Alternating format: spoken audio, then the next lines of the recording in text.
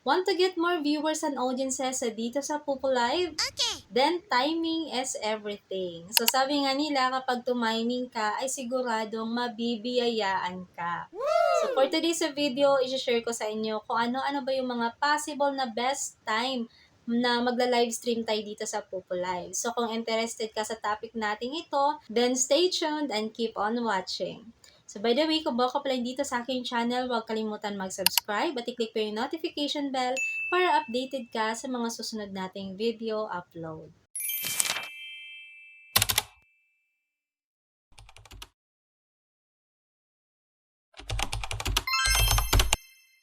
So by the way guys, meron tayong pupo coins giveaway sa video na ito. Kaya make sure na panoorin niyo po itong ating video hanggang sa dulo para malaman niyo yung ating full mechanics. At nang sa ganon ay siguradong makasali kayo dito sa ating pag-giveaway. So guys, di nyo ba napapansin minsan kapag nagla-live kayo, wala talagang pumapasok na audience kahit isa. Walang napapadaan, di ba? So, di nyo ba naiisip na baka rong timing lang? Kaya, walang mga napapasok na mga viewers dyan sa live stream ninyo. So, ngayon, isi-share ko na sa inyo kung ano yung mga possible time kung kailan ka dapat magla-live stream. Okay, so make sure guys na panoorin nyo to dahil baka makatulong ito sa inyo para na sa ganun ay makakuha kayo ng mga audiences at syempre makakuha na rin kayo ng mga virtual gift. Kasi nga, di ba kapag maraming audiences, mataas yung chance na may makukuha tayong mga virtual gift. Okay, so ngayon sa morning guys, ito ha, kung gusto niyo makakuha ng mga international audience, sa morning by 6 a.m. up to 9 a.m., mag-live ka na. So, yung target natin dyan is mga international audience. Kasi kung dito sa Pilipinas, 6 a.m. is umagang-umaga pa, sa ibang bansa, hindi na yan umaga. Kasi ahead yung oras nila. 'Di ba? And sa oras din na yan, wala kang masyadong ano tawag dito, wala kang masyadong kakompetensya kasi yung iba magtatrabaho, so by 6 a.m. magpe-prepare na yan para pumunta ng trabaho. So wala kang masyadong kakompetensya, especially mga kababayan natin, di ba? So goods na goods to sa mga walang trabaho, nasa bahay lang. So yan, magandang oras yan na mag-live kayo, 6 a.m. up to 9 a.m. para makakuha kayo ng mga international audiences. Okay, so yan yung unang magandang oras sa umaga, 6 a.m. to 9 a.m. So sa lunchtime naman, so by 12 p.m. up to 2 p.m. Bakit?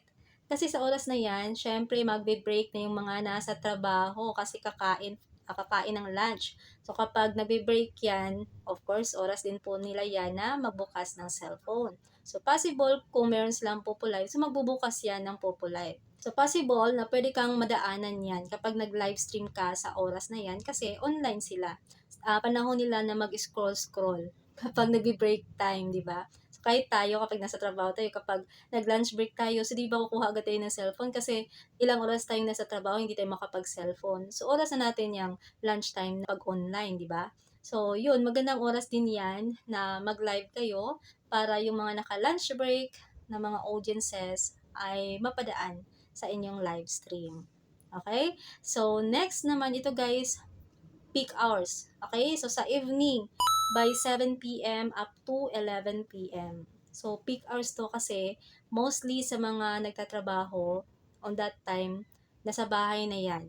So, uwian na yan. So, oras na nila yan para makapag-todo scroll. Okay? Mostly kapag sa ganyang oras, by 7 p.m., nasa bahay na yung mga tao. So, mag-scroll-scroll na yan sa kanilang cellphone. So, kung meron silang Popo Live, so, oras na nila yan para manood ng mga nagla-livestream. So, maraming tao sa oras na yan.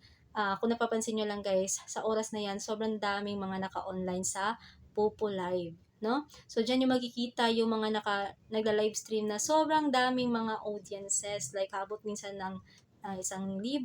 So, ganun karami yung mga nag-online sa oras na yan. 7 p.m. up to 11 p.m. So, best time din na mag-online tayo or mag-live stream tayo. So, meron din ako additional tips sa inyo guys. So, kung gusto nyo pala mapansin kayo ng ibang mga live streamers at possible i-follow nila kayo, Eh? So magpasikat kayo guys. Maghagis kayo ng gift sa kanila. Sa paraang yan ay siguradong mapapansin kayo. So sa paghahagis ng gift, syempre kailangan nyo ng coins. So kung wala kang coins, then bumili ka na muna ng coins dito sa CocoDP. So isang napaka-legit na website kung saan ay makakabili tayo ng Pupo Live coins. Dito rin po ako bumibili kapag kailangan ko rin ng coins, no? Dahil sobrang legit, fast transaction, and 24/7 open. Anytime, pwedeng-pwede kayong bumili dito ng coins. So, dito guys, pwedeng-pwede kayong bumili ng mga maliliit na amount of packages, and pwede rin dito bultuhan kasi may mga malalaking amount of packages na available dito. So, ilalagay ko na lang sa screen yung mga available packages na pwede nyong bilhin dito sa CocoDP. And guys, kapag gusto nyong mas makalas pa, gamitin niyo po yung link na nasa pin comment. Dahil kapag ginamit niyo po yan, ay meron kayong makukuhang discount. So, di ba makaka-less pa kayo? So, pwede kayong magbayad dito via GCash, Maya, KuCoin, bank transfer, pwedeng-pwede dito. So, hindi nyo na rin po kailangan dito na mag-message pa sa seller every time na bibili kayo dito ng coins dahil kayo mismo yung magpa-process ng order. And after nyo mag-process ng order, right away, marireceive niya agad sa inyong account yung binili ninyo na Popo coins, hindi nyo na po kailangan maghintay. Ganun po kabilis yung transaction dito.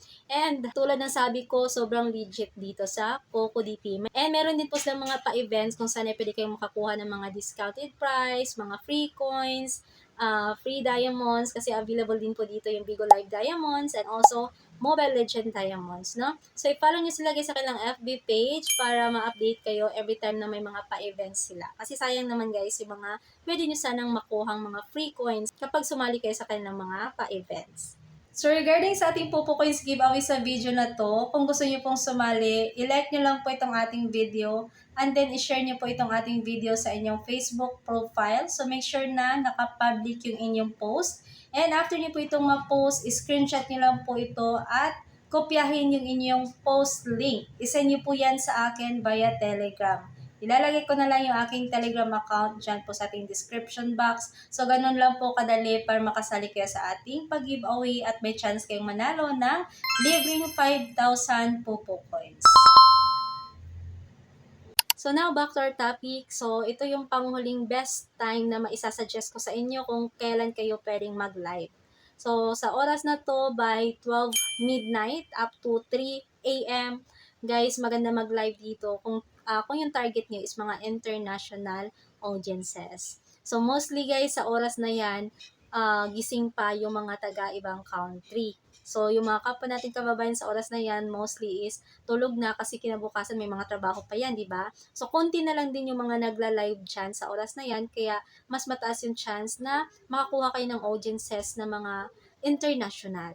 Okay? So, kung yan yung gusto nyo ng mga audiences, kasi kapag mga international, di ba, madalas talagang nagbibigay yan ng gift. So, kung gusto niyo makakuha ng mga audiences from international, so mag-live din kayo by 12 midnight up to 3 a.m. Kasi mostly dyan po sila gising. Okay, so ayan lang yung share ko sa inyo. I hope na makatulong itong video ito para naman makakuha kayo ng mga viewers at audiences at nang sa ganun, mataas din yung chance na mahagisan kayo ng mga virtual gifts. Okay, so that's it for today. So kung nagustuhan niyo po itong topic natin today, huwag kalimutan na i-like itong ating video at kung hindi ka pa nakapag-subscribe, mag-subscribe ka na rin and make sure na nakaturn na yung notification bell para updated kayo sa mga susunod nating video uploads. So that's it for now. Thank you for watching.